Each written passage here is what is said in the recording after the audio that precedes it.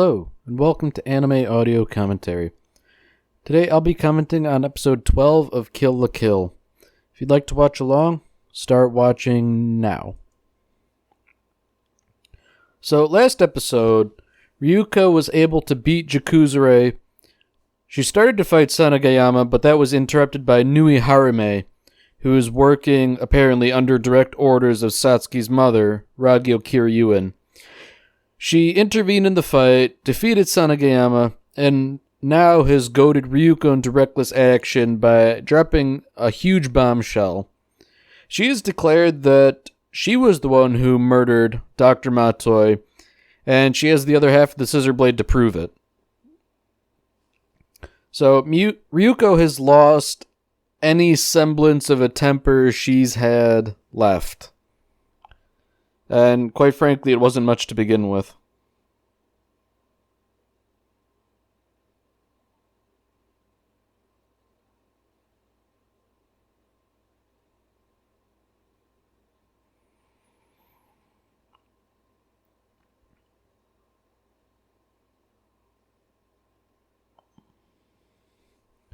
So Ryuko immediately goes on the offensive, transforming notably without pulling the tab on her glove. It just sort of pops out, apparently through sheer force of will.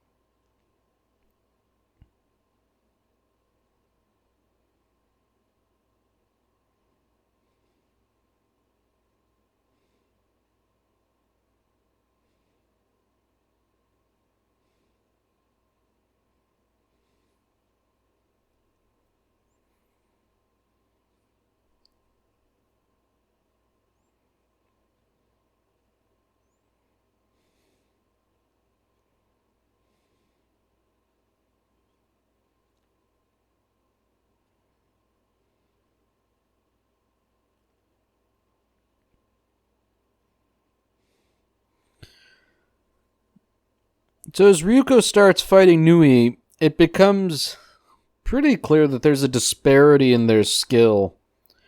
Ryuko is very animated in fighting, whereas Nui stands almost entirely still, except for the arm holding the scissor blade. It really seems like Ryuko is out of her depth. And while this is going on, Nui's also dropping bombshells about the nature of Senketsu.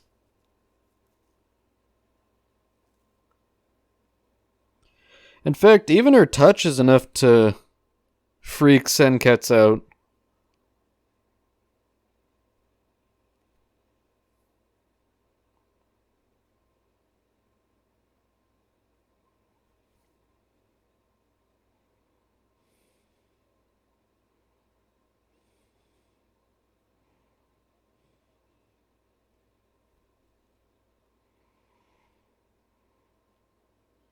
So Nui has a very, childlike outlook on what's going on. She's very much about having fun.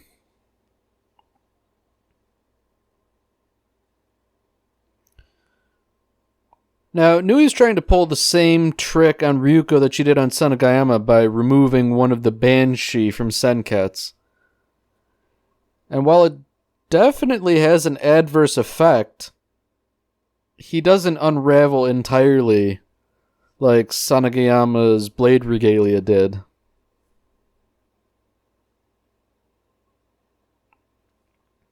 So according to Nui, a Kamui would have more than one Banshee, apparently.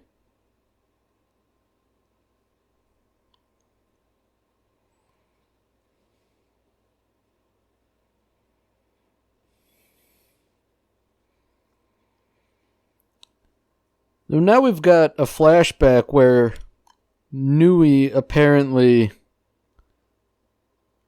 drops in on Dr. Matoi to see what he's up to.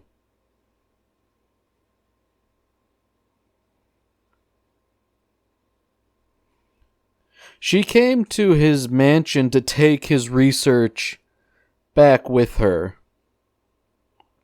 And based on what Nui said, it seems like Dr. Matoi sort of pulled a fast one and made it seem like the scissor blade was his research, when in fact it was only a small part of it, and the Kamui was the real item of interest.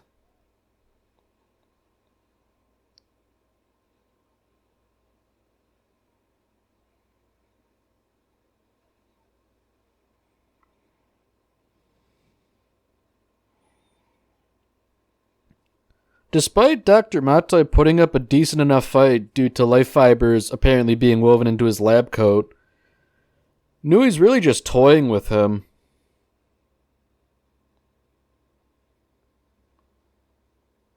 That is until he pulls out the scissors.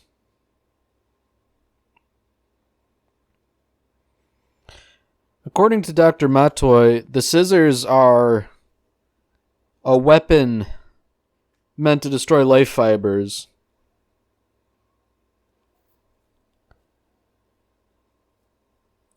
And they don't seem like an especially practical weapon, all things considered.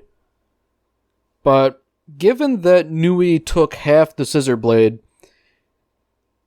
it seems to me that there has to be some benefit for having two of them together rather than just a single-edged blade.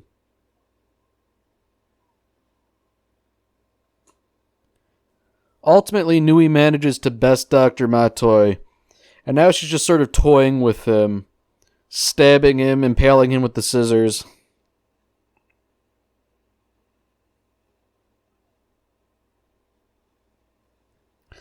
So this is when Ryuko shows up, as she described before. Now this scene's interesting because we get to see the mask slip, for lack of a better phrase. Dr. Matoi managed to slash out one of Nui's eyes, and as a result, she freaks out.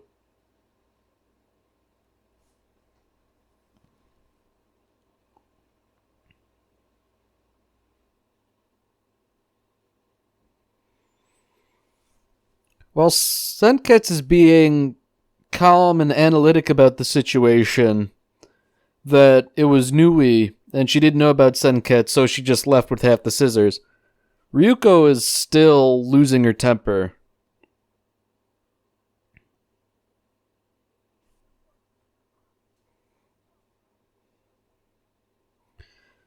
So, according to Senketsu, her blood is literally boiling, and because of that, Senketsu is sort of going haywire. He's taken on a very monstrous form. Sort of going back to that depiction of life fibers possessing people and engulfing them entirely. Senketsu has sort of lost control, ingested Ryuko, and taken on a monstrous form. So Satsuki realizes that this is sort of what Nui was after, and she's making steps to intervene and hopefully try and minimize the damage. But by this point, Ryuko is entirely not herself.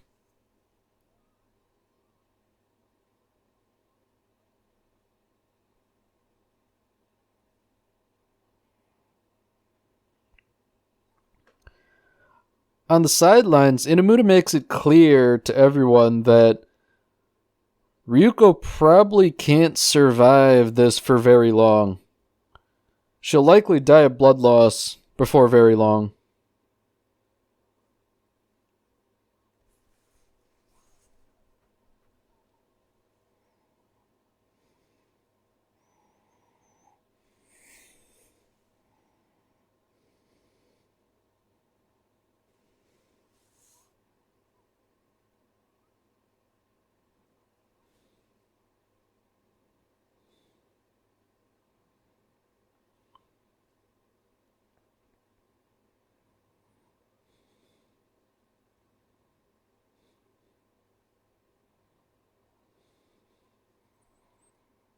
While the Elite Four, all of them now disgraced, are talking, Ryuko continues to run amok.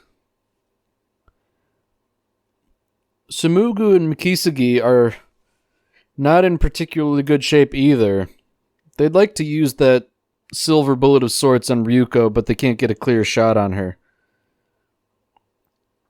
Satsuki is now preparing to intervene, and the Elite Four immediately flank her as an honor guard, despite their realistic powerlessness.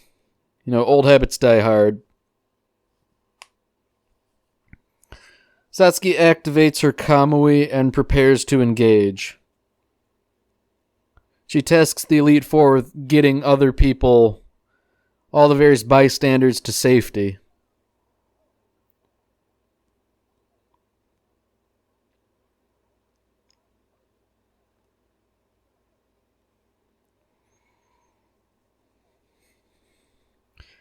Mako's family shows up, and they're very clearly unaware of the devastation being wrought behind them.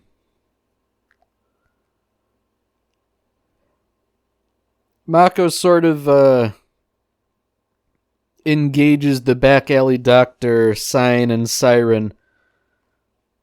The idea being that they help Ryuko before she inevitably dies of blood loss.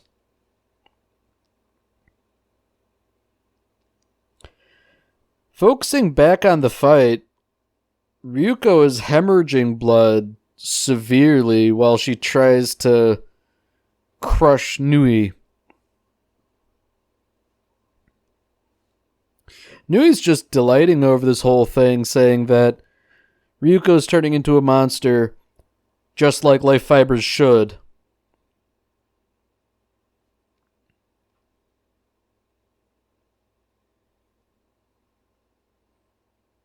So Tsumugu tries to engage,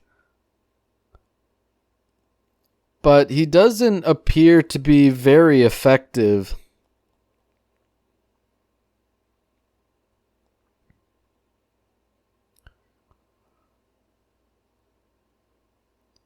He's sort of earned the ire of both Ryuko and Nui.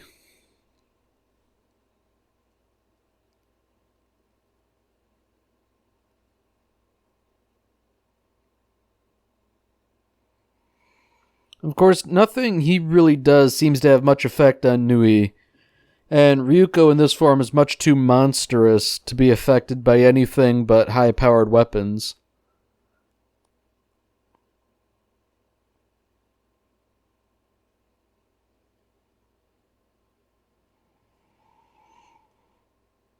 So, Mikisugi's reflecting on the properties of the bullet before firing at her. It's like a starching agent, apparently. And while it'll neutralize the life fibers, at the rate things are going, there's a good chance Ryuko won't survive the shot, much less the aftermath of that. Of course, from his position, he doesn't really see that he can afford to not take that risk.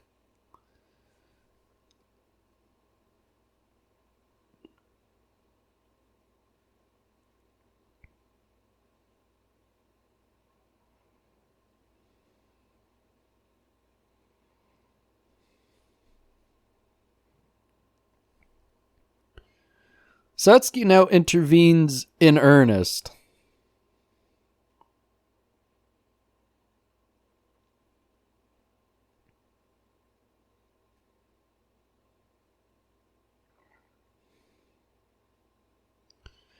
Satsuki can sort of see through Nui's facade.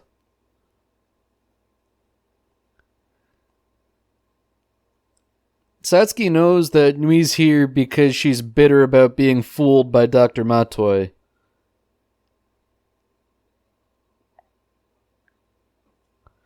So after sort of dressing down Nui, Satsuki focuses her attention on Ryuko.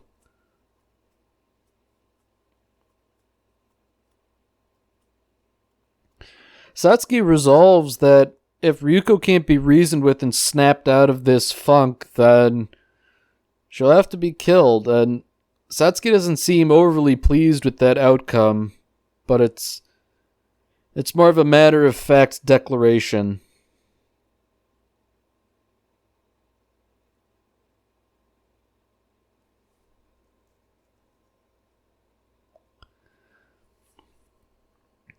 So Satsuki engages Ryuko, and the fight is absolutely titanic.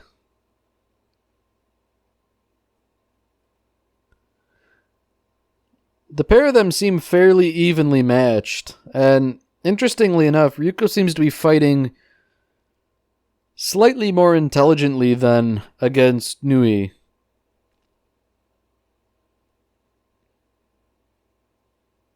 I guess that might be a sign that she's starting to calm down a little bit.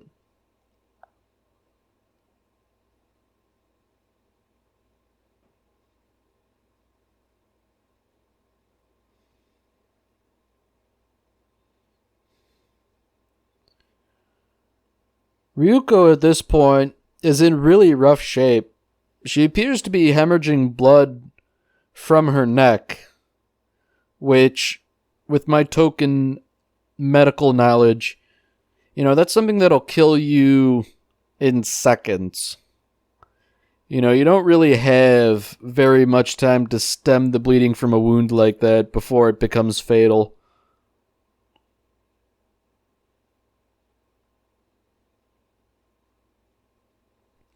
As Satsuki prepares to make the finishing blow, Mako and her family intervene.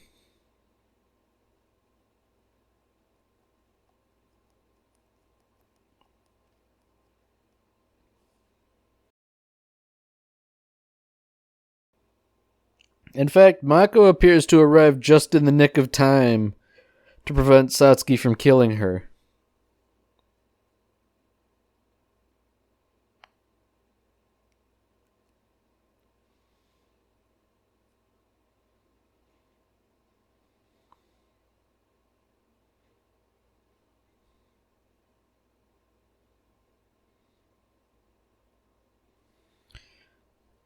So Mako appears to be burning herself because Ryuko's blood is burning so hot. She's trying to talk her out of her rage. She calls back to the Fight Club incident where Ryuko had to snap her out of her greed.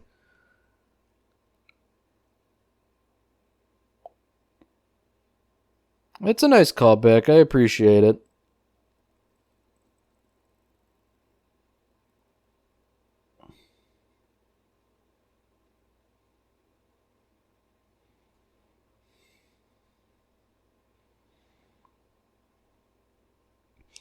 So in similar fashion to the Fight Club episode, Mako sort of smacks some sense back into Ryuko.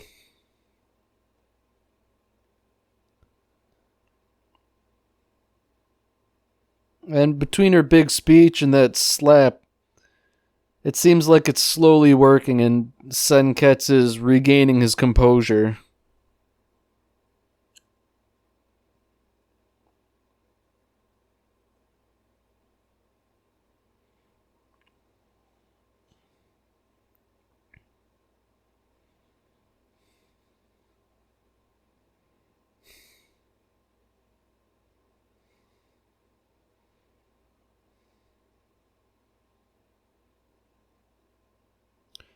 Ryuko appears to be not that worse for wear, considering how much blood she was shedding all over the place. She also seems pretty collected considering what happened.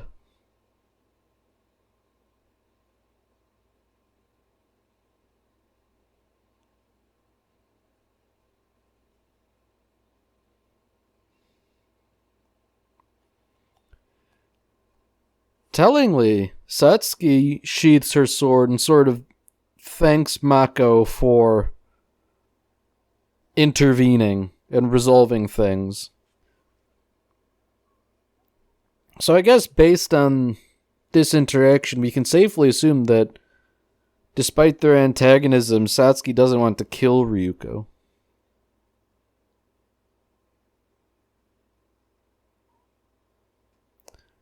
Back with Mikisagi and Sumugu. Sumugu makes it clear that none of his weaponry had any effect on either Ryuko or Nui. So, the two of them are both clearly out of their element at this point.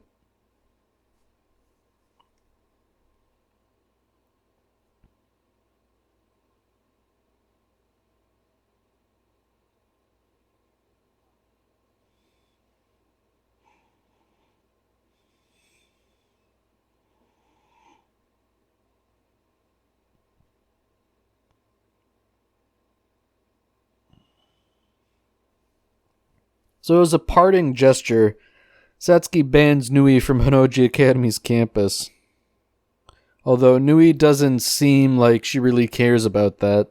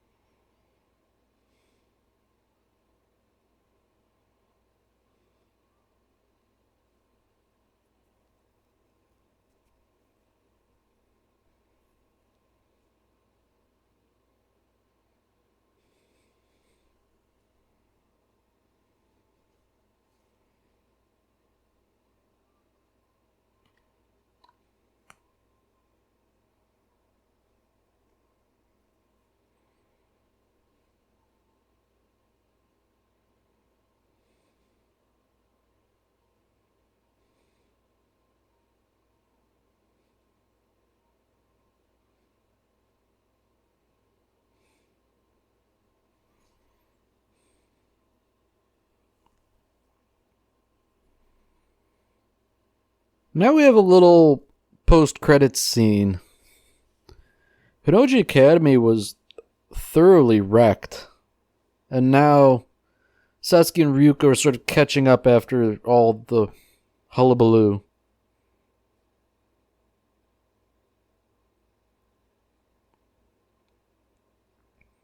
So interestingly enough, I think Satsuki's lying here because even though Ryuko now knows Nui's involved, Satsuki says, "Yeah, I told her how to do it."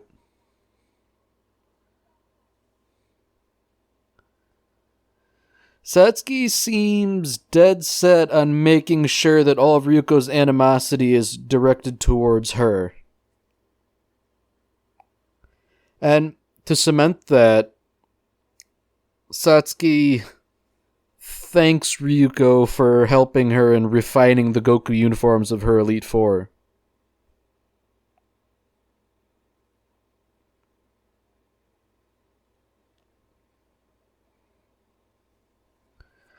Satsuki makes it very clear that everything Ryuko did was purely for Satsuki's own benefit.